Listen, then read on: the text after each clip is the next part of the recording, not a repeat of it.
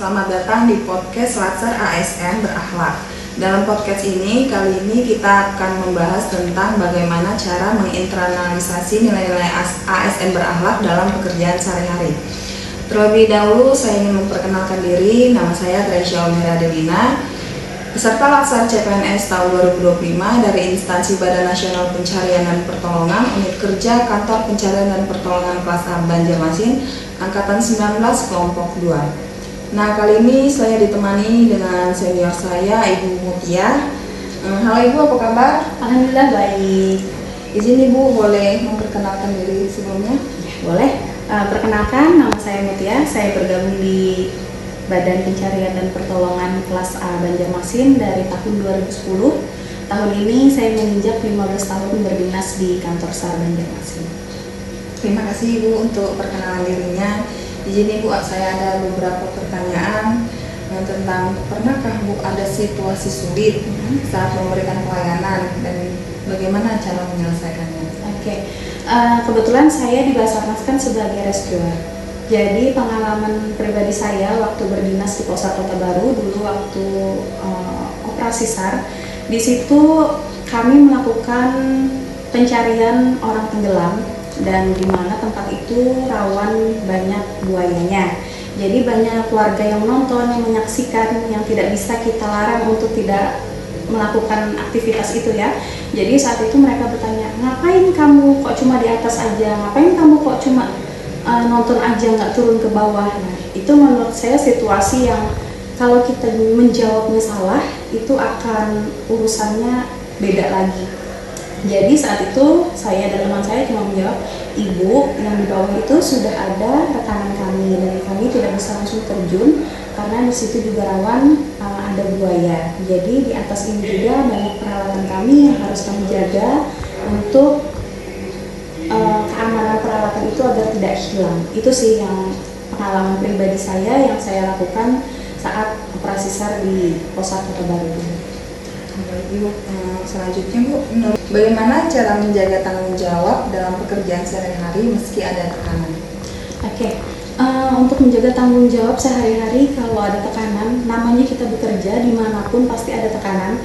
Jadi kalau untuk saya pribadi, seandainya ada tekanan dan kita juga sedang moodnya kurang baik, kita sampaikan saja dengan atasan, izin Bapak, sepertinya untuk saat ini saya belum bisa kalau disuruh mengerjakan ini langsung sekarang, mungkin saya butuh waktu 1 atau 2 jam. Bisa kita jelaskan dengan perlahan kepada pimpinan dan insya Allah pimpinan akan mengerti.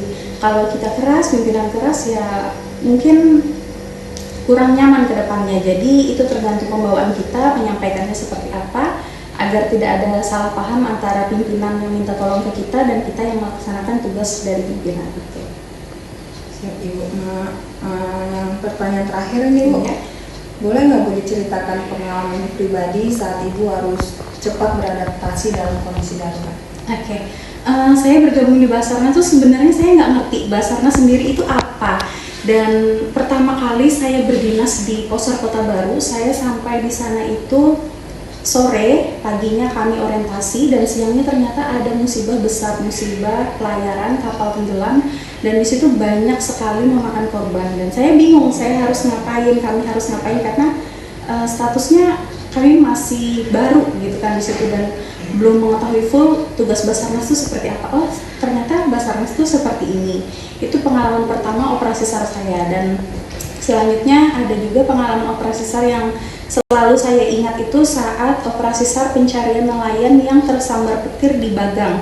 Bagang itu tempat mencari ikan di tengah laut. Nah, itu kami melaksanakan operasi SAR-nya di tengah hujan badai.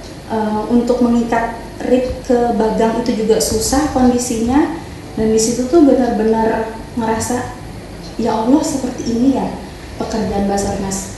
Aku bangga banget loh bisa ikut serta mencari korban di kejadian musibah ini dan pencarian itu kalau tidak salah waktu itu dicari sekitar 3 hari dan korbannya ada 2, seorang ayah dan anak dan dua-duanya meninggal.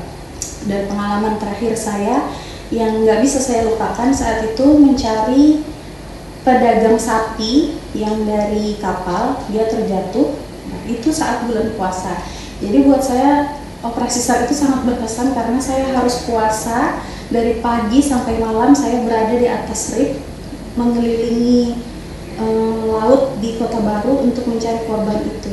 Buat saya itu pengalaman yang sangat berharga selama saya berdinas di kantor SAR Banjarmasin. Baik Ibu, terima kasih Ibu sudah berbagi pengalaman dengan kita. Terima kasih juga untuk waktunya. Sekian podcast kita kali ini. Terima kasih sudah menonton. We are family, Afikna Jagat Samudra. Sampai jumpa.